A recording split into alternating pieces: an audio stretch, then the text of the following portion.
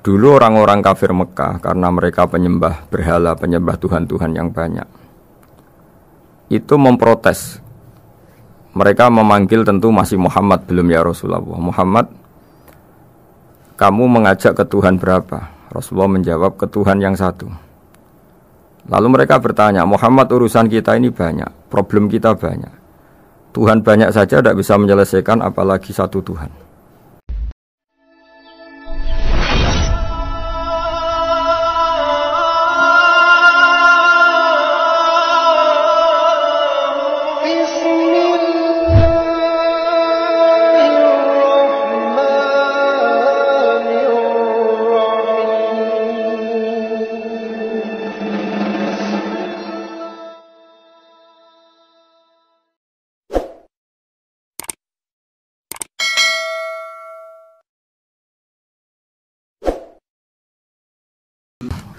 Bismillahirrahmanirrahim. Alhamdulillahirabbil alamin. Wassalatu wassalamu ala asyrafil mursalin Sayyidina Muhammadin wa ala alihi washabbihi ajmain. Amma ba'du.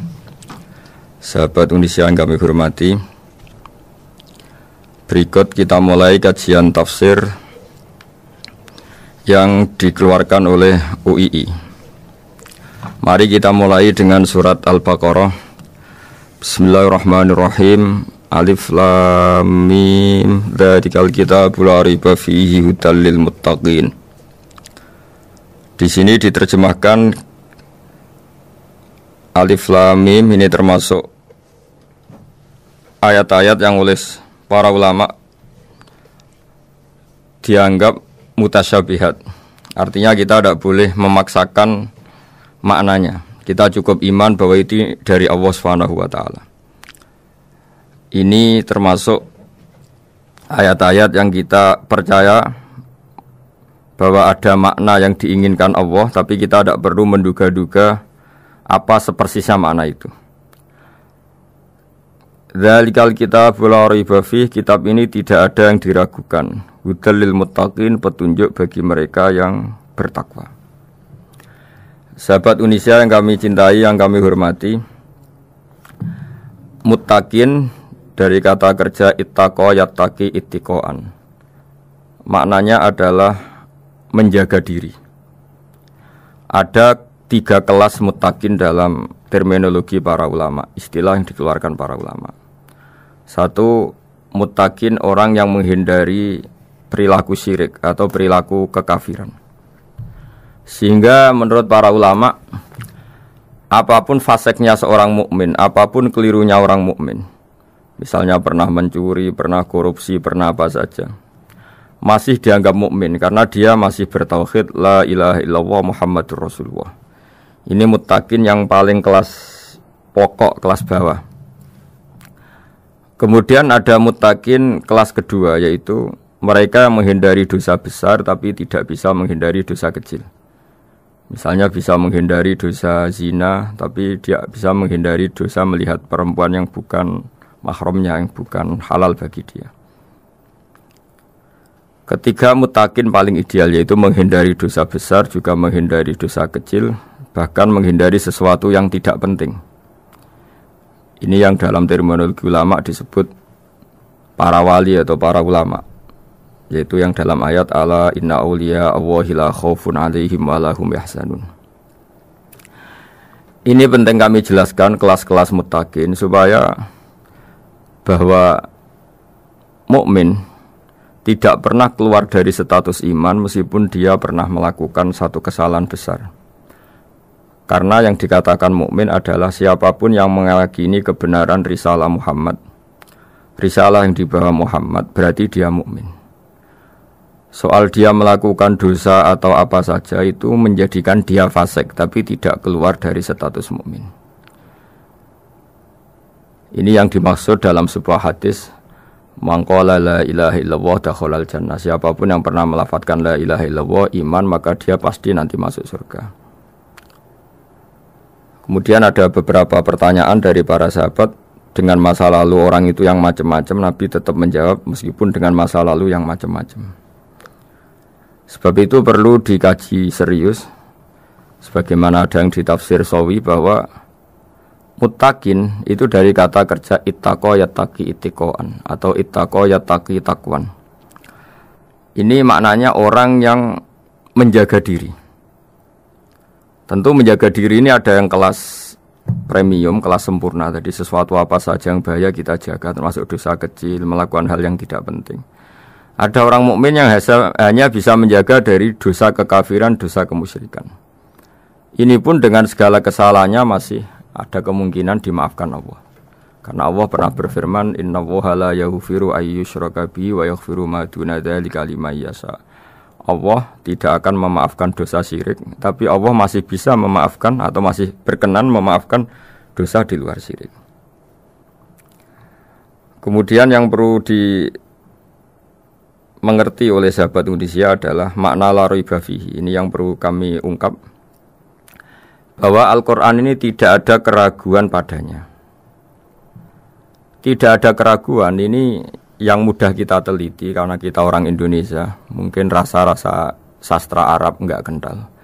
Mari kita teliti dari segi makna, karena makna ini rasa dan rasa itu universal. Begini misalnya, dulu orang-orang kafir Mekah karena mereka penyembah berhala, penyembah Tuhan-Tuhan yang banyak, itu memprotes. Mereka memanggil tentu masih Muhammad, belum ya Rasulullah. Muhammad, kamu mengajak ke Tuhan berapa? Rasulullah menjawab, ke Tuhan yang satu. Lalu mereka bertanya, Muhammad, urusan kita ini banyak, problem kita banyak. Tuhan banyak saja tidak bisa menyelesaikan, apalagi satu Tuhan. Ini yang diceritakan dalam sebagian ayat disebut, Aja'alal alihata ilaha wahida inna hadza lasyai'un ujab. Bagaimana mungkin Tuhan itu satu? Harusnya Tuhan itu banyak karena urusan kita banyak. Lalu Rasulullah dengan bimbingan Tuhan, bimbingan Allah mendatangi mereka, kemudian Nabi menjelaskan, Tuhan itu adalah ketua kalian, Tuhan itu adalah pimpinan kalian. Bagaimana kalau Anda jadi pembantu kemudian punya majikan banyak, punya penguasa banyak, punya tuan banyak, kemudian semua tuan-tuan Anda ini memerintahkan Anda dengan perintah yang beda-beda. Apa kalian mau punya majikan atau pimpinan yang banyak? Mereka menjawab tidak, Muhammad. Terus mereka akhirnya sadar bahwa problem Tuhan banyak itu tentu lebih sulit, lebih problem, karena nanti perintahnya beda-beda, keinginannya beda-beda. Mereka akhirnya tersadarkan bahwa sebaiknya atau seharusnya memang Tuhan itu satu. Jadi Rasulullah SAW menjelaskan logika bertauhid itu dengan sekian variasi, dengan sekian logika. Kemudian Nabi kedua juga menjelaskan logika kompetisi. Kata Nabi yang karena bimbingan Allah diberi satu pengertian. Andai kan Tuhan itu 2 atau 3, kemudian berebut dalam tahta aras atau tahta yang di alam raya ini, sebagaimana lazimnya para penguasa, maka pasti ada yang menang, ada yang kalah. Dan yang kalah tentu gak layak sebagai Tuhan. Ini yang disebut wala ala ba'duhum ala ba'd. Tentu kalau Tuhan itu banyak, mereka akan berkompetisi, akan bertarung.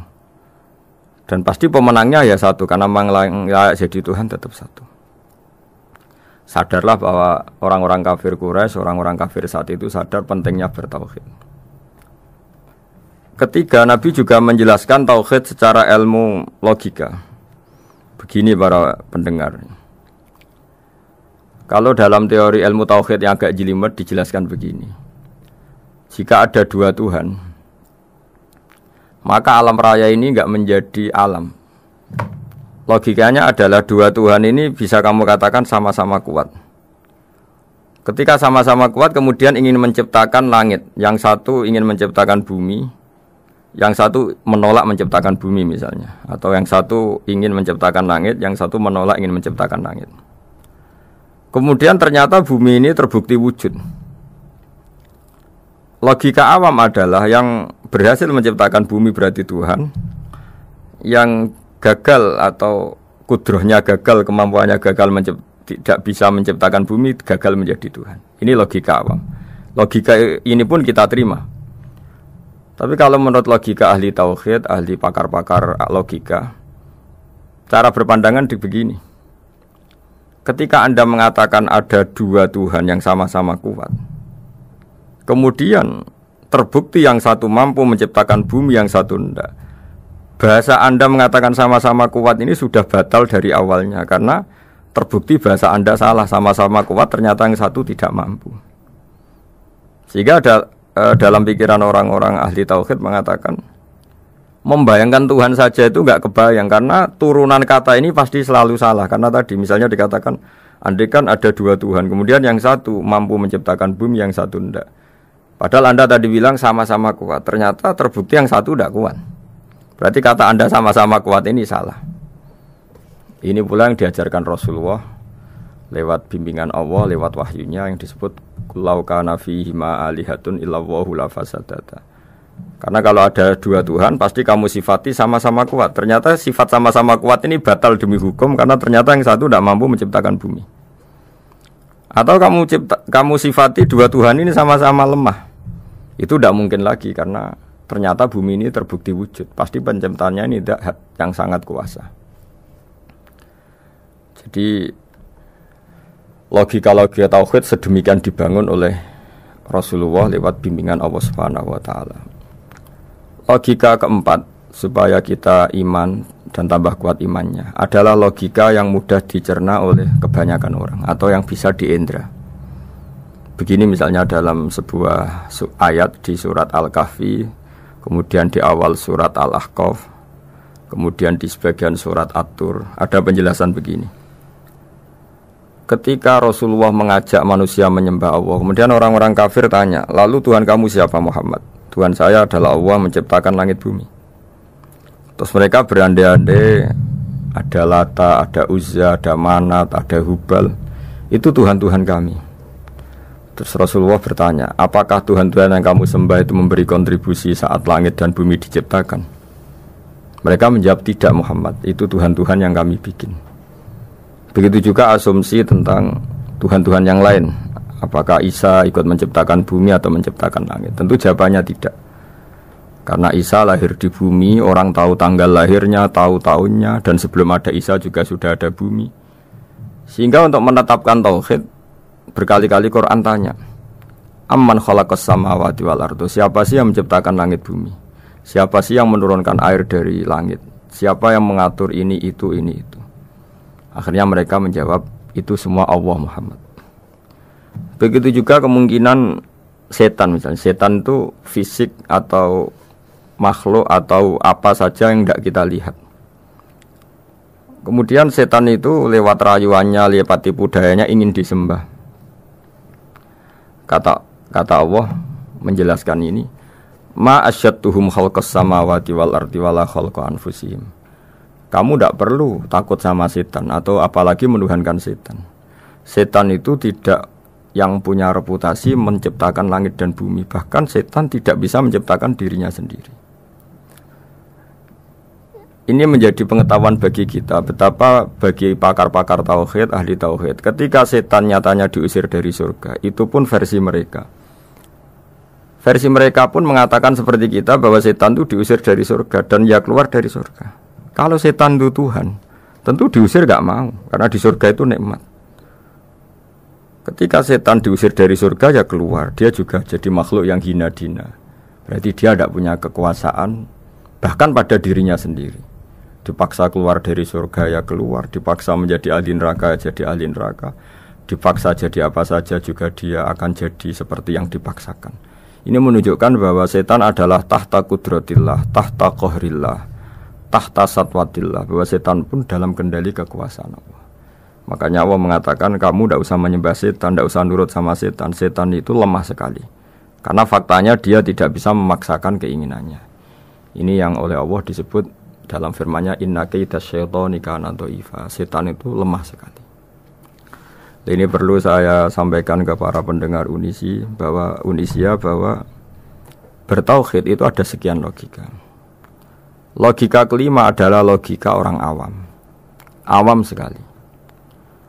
Suatu saat ada perdebatan antara Abul Hasan al-Asy'ari. Abul Hasan al-Asy'ari ini tokoh ahli sunnah paling populer dalam ilmu logika. Dia mengatakan orang menemukan Tuhan itu harus lewat logika yang cermat. Tidak boleh taklid, hanya ikut-ikutan. Dia harus menemukan satu argumentasi bahwa Tuhan atau pencipta langit itu ada. Kemudian ada satu problem di mana orang-orang kampung atau orang-orang yang lugu atau orang-orang awam itu tidak bisa ilmu logika, ilmu mantek kalau dalam bahasa pesantren. Kata Abu Mansur, kata Abdul Hasan Al-Asy'ari, itu masih mungkin. Walhasil para ulama ini meneliti ke orang-orang yang lugu, yang di kampung, yang petani, yang lugu sekali. Apa yang mereka temukan? Ternyata mereka punya cara logikanya sendiri untuk menemukan Tuhan, Sang Pencipta. Pernah suatu saat ada seorang petani lugu, biasa menggembala unta, ditanya, Bima araf tarubak, lalu kamu yang petani ini yang hanya ngurusi sawah, ngurusi ladang, dengan cara apa kamu tahu kalau Tuhan itu ada? Si petani tadi marah besar dan dia mengatakan, Al-ba'ratu tadullu alal ba'ir wa asharul aqdam yadullu alal masir. Kata petani tadi, yang namanya ada kotoran unta, pasti ada untanya. Yang namanya ada jejak kaki, pasti ada yang barusan lewat. Artinya kalau ada makhluk, pasti ada pencipta. Ini logika awam yang mudah. Kita tidak mungkin mengatakan bumi ini pencipta, mengatakan matahari pencipta. Kelihatan sekali kebendaannya, kelihatan sekali bahwa bumi matahari tidak punya ikhtiar, tidak punya kekuatan. Kelihatan sekali sifat-sifat kemakhlukannya. Jika benda-benda ini karuan makhluk, pasti menunjukkan bahwa ada penciptanya, ada khaliknya. Dalam logika Badui tadi, si Badui tadi, kalau ada kotoran sapi, pasti ada sapinya. Meskipun sapinya sudah sekarang nggak terlihat, mungkin sudah jalan kemana. Sama, kalau ada jejak kaki, meskipun orang yang tadi lewat sudah kita nggak tahu, tapi kita pasti tahu, pasti ada yang lewat. Ini yang dimaksud dalam bahasa Arab, al-ba'ratu tadullu alal ba'ir. Kalau ada kotoran sapi atau kotoran unta, pasti ada untanya. Wa atharul aqdam yadullu alal masir. Kalau ada jejak orang lewat, pasti tadi ada orang lewat.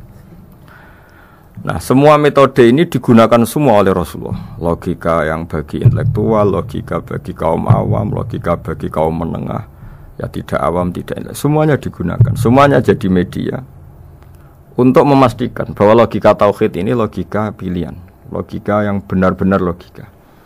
Sehingga dalam banyak ayat disebut agama ini li kaum yaqilun, li kaum yatafakkarun, bagi kaum yang bisa berpikir, bagi kaum yang punya akal.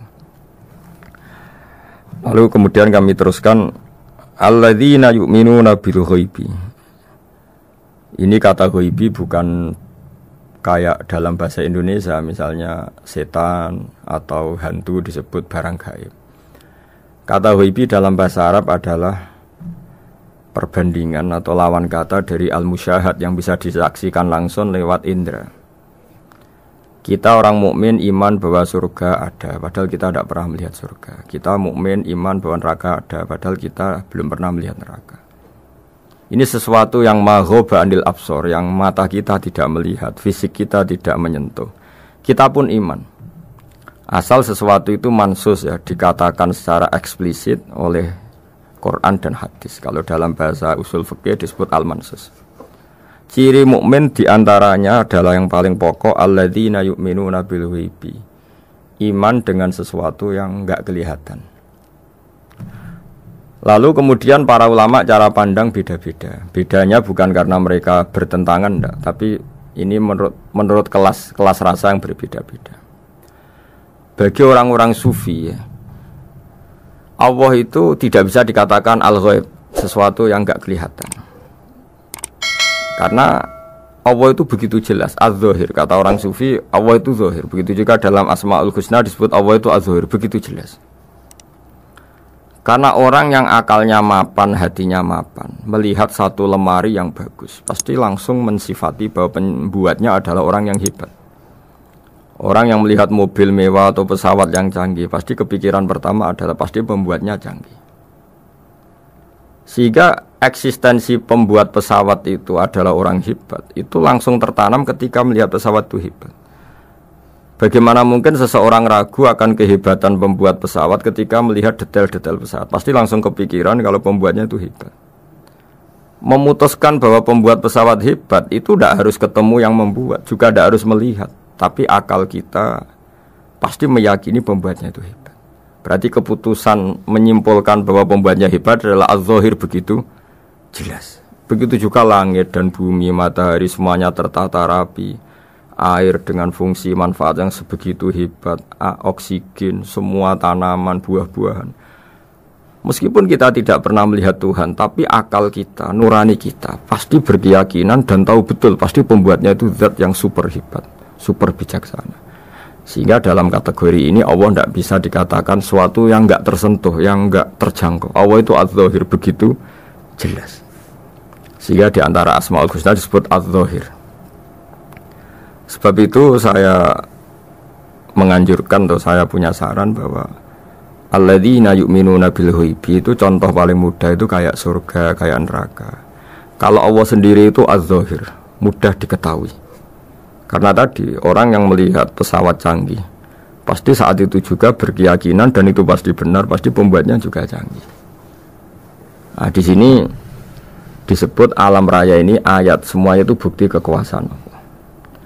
Dalam syair-syair orang sufi masyhur sekali itu wa fi kulli syai'in lahu ayatun yadullu ala annahul wahidu. Setiap sesuatu kejadian di alam raya adalah bukti keesaan Allah, bukti eksistensi Allah Subhanahu wa taala. Sehingga dalam satu kisah, normalnya orang itu paling tahu itu dengan dirinya sendiri, karena dia adalah dia. Tapi kalau Imam Sibawai, seorang pakar nahwu, mengatakan a'raful ma'arif Allah, di alam raya ini yang paling mudah dikenali itu ya Allah, pencipta. Karena andai kan kita sendirian di hutan, kemudian kita mulai punya akal, kita mungkin tidak tahu diri kita ini siapa. Tapi setidaknya kita langsung menyimpulkan bahwa kita tidak bisa menciptakan diri kita sendiri. Ketika kita berkesimpulan tidak bisa menciptakan diri kita sendiri, pasti kita terus berkesimpulan ada di luar kita yang menciptakan kita. Nah, sebab itu kenapa sifat mencipta ini yang pertama kali dikenalkan oleh Allah kepada nabinya untuk dikenalkan kepada umatnya, yaitu disebut Iqra bismi rabbikal ladzi khalaq. Muhammad, bacalah dengan nama Tuhanmu. Sifat Tuhan yang paling mudah dikenali oleh siapapun adalah sifat pencipta. Karena ketika seseorang yakin dia lahir sudah ada bumi, dia lahir sudah ada langit, dia pasti akan tahu bahwa dia ada penciptanya. Sehingga paling mudah mensifati Allah atau mensifati Tuhan adalah bismi rabbikal ladzi khalaq. Terus kemudian di antara ciri orang baik adalah wa yuqimunas shalat. Kemudian beriman kepada yang gaib, menegakkan salat. Kata menegakkan adalah dari kata menjaga aturan-aturan atau sesuai aturan-aturan salat. Kita tahu dalam salat ini ada beberapa syarat yang harus dipenuhi. Misalnya harus wudu, harus suci di tempat yang suci. Terus ada syarat-syarat dalam internal salat, dia harus baca Fatihah, harus tumakninah, macam-macam. Itu eksistensi definisi salat. Kemudian kata berdiri juga diartikan para ulama, eksistensi sholat harus diketahui secara publik, secara sosial. Karena sesuatu itu punya eksistensi kalau jadi konsensus atau diakui oleh publik. Di sini agama mewajibkan sholat jamaah. Kata banyak ulama, jamaah itu fardu kifayah, bahkan ada mengatakan fardu ain. Harus dijalankan orang banyak secara massal dan harus di tempat yang terbuka. Sehingga kata para ahli fikih, andaikan ada orang jamaah di dalam rumah tidak diketahui oleh banyak orang, belum mencukupi atau belum menggugurkan kewajiban jamaah. Sehingga eksistensi sholat harus diketahui secara publik. Sehingga dulu Rasulullah itu kalau sholat ya di masjid dan masjidnya terbuka. Sampai sekarang kita pun menyaksikan semua umat Islam kalau sholat di masjid yang terbuka. Sehingga dunia non muslim pun tahu bahwa dalam Islam ada ritual, ya, ada ibadah yang bernama sholat. Hikmah kedua dengan cara terbuka seperti ini, sholat itu menjadi gak pernah rubah mulai zaman Nabi sampai kiamat. Dengan tradisi jamaah berarti kaifiyah atau cara sholat ini permanen. Bapak kita sholat ya seperti itu, imam seperti itu, anak cucu kita akan meniru kita ya seperti itu. Sehingga gak ada varian-varian yang hanya berdasar subjektivitas musolli yang sholat. Taruh saja kita misalnya jadi seorang sufi yang baru takut sama Allah atau baru usul kalau dalam bahasa sufi. Kemudian kita sholat sendiri di rumah, mungkin dengan gaya menangis, terseduh-seduh, macam-macam. Ini tentu tidak baik sebagai standar sholat. Begitu juga ada anak atau pedagang yang kesusu atau tergesa-gesa, kemudian sholat hanya sekian, 2 menit, 1 menit. Ini juga agak baik. Meskipun itu boleh dilakukan individu-individu. Tapi kalau dalam sholat jamaah, orang harus manut imam, dan ada standarnya, misalnya tumaknina itu biqadri subhanallah, jadi ada ukurannya. Ini penting saya utarakan bahwa hikmah jamaah itu bukan sekedar dapat pahala 27 kalau sendiri, dapat pahala 1 itu enggak. Tapi ini menjaga eksistensi sholat supaya ya seperti ini terus sampai kiamat. Sehingga orang Indonesia atau orang Afrika, orang mana saja, itu ketika haji atau ketika saling berkunjung di negara lain, itu enggak akan kaget dengan cara-cara sholatnya, karena seluruh dunia kaifiyahnya caranya sama. Ini semua barokah dari jamaah. Maka Rasulullah itu enggak banyak ngendikan tentang caranya sholat, beliau hanya ngendikan shollu kama ra'aitumuni usolli. Sudahlah kamu pokoknya makmum saya, nanti caranya kamu sholat sama seperti saya seperti ini. Sehingga kata menegakkan sholat adalah bisa kita tegakkan kalau kita aparat negara ya, bikin-bikin aturan supaya eksistensi sholat gak terganggu. Kalau kita seorang kultural juga mensuasanakan sholat, dan supaya kefiahnya atau caranya sholat ini benar, kita tradisikan jamaah, sehingga anak kecil ngikuti yang besar, yang bodoh ngikuti yang pinter dengan satu cara, itu barokahnya jamaah. Sehingga wa yuqimuna sholat itu, sholat kita dirikan baik secara personal, dengan cara-cara tumaknina, kita suci di tempat yang suci, maupun kita tegakkan, kita maklumatkan, kita jadikan konsensus bahwa sholat ya seperti ini. Sehingga ada khayal-khayal lagi dalam Islam. Misalnya nyuwun sewu ada aliran yang mengatakan, ya kalau Tuhan itu kan enggak bebas arah, bebas tempat. Terus dulu pernah ada orang sesat sholat sampai 4 rakaat 4 arah, alasannya Tuhan itu tanpa arah. Enggak akan terjadi seperti itu, karena ijma'nya umat Islam, konsensus umat Islam akan menolak faham yang seperti itu.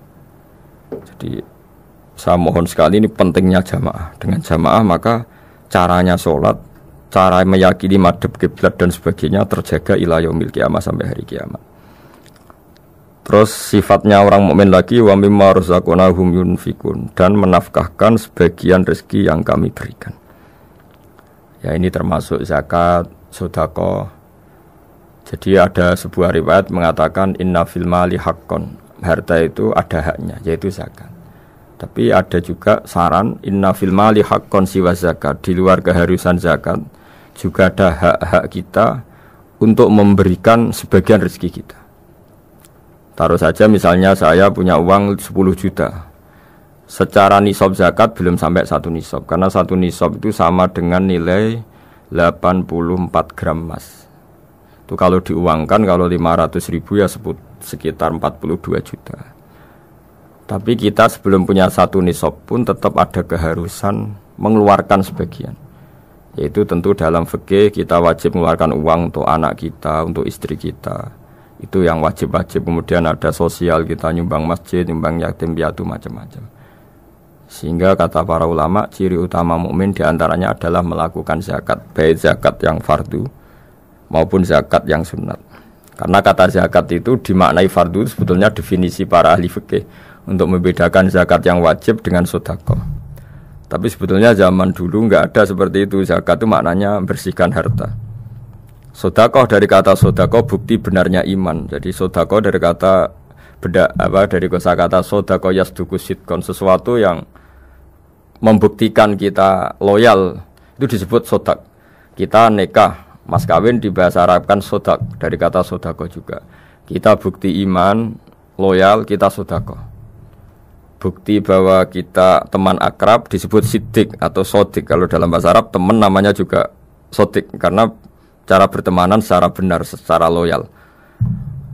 Sehingga wa mimma razaqnahum yunfikun ini ya memasukkan zakat yang dalam terminologi fikih, yaitu zakat yang zakat al-wajibah, atau zakat yang dengan makna lughat, yaitu ya artinya asal membersihkan harta kita, entah lewat zakat, sedekah, hadiah kepada orang-orang yang kita hormati, semuanya juga masuk dalam definisi zakat atau wa mimma razaqnahum yunfikun.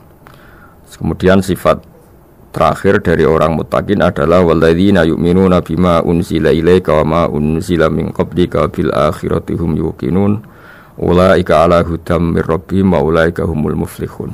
Di sini diterjemah mereka yang beriman kepada kitab yang kami turunkan kepadamu dan yang diturunkan sebelum kamu. Ini kata yang diturunkan sebelum kamu penting sekali karena ciri utama Nabi adalah dia tidak pernah beda dengan Nabi sebelumnya. Karena kebenaran tauhid pasti tunggal. Nabi-nabi dulu pasti mengajarkan tauhid, hanya menyembah Allah. Enggak mungkin Nabi berikutnya kemudian bikin ajaran baru dalam tauhid. Sehingga andaikan semua kitab Injil Taurat itu masih versi yang orisinil, pasti enggak ada yang beda dengan Quran. Karena ciri utama kebenaran adalah iman dengan Quran dan iman kepada kitab yang diturunkan sebelum Al-Quran. Wabil akhirati hum yuqinun, mereka juga yakin akan datangnya hari akhir. Yaitu bisa disebut yaumul ba'ats. Terus ketika semua kriteria itu terpenuhi baru ulaika ala hudam mir rabbihim wa ulaika humul muflihun. Mereka itulah yang berada pada petunjuk Allah dan merekalah orang-orang yang berbahagia. Para pendengar sahabat Indonesia, semoga kajian ini bermanfaat. Dan ini mulai ayat 1 sampai 5 dalam surat Al-Baqarah, yaitu surat yang dalam tartibnya mushaf nomor 2 setelah Fatihah. Jadi kalau dalam ulumul Quran disebut ada surat yang berdasar nuzulul Quran, yaitu surat Iqra, kemudian Muddatsir. Ada urutan surat yang berdasar tartibul mushaf, yaitu yang kita punyai sekarang, yaitu Fatihah, terus Baqarah dan seterusnya. Dan urutan-urutan ini pun sesuai petunjuk Rasulullah SAW. Saya kira demikian. Mohon maaf atas semua kesalahan. Wassalamualaikum warahmatullahi wabarakatuh.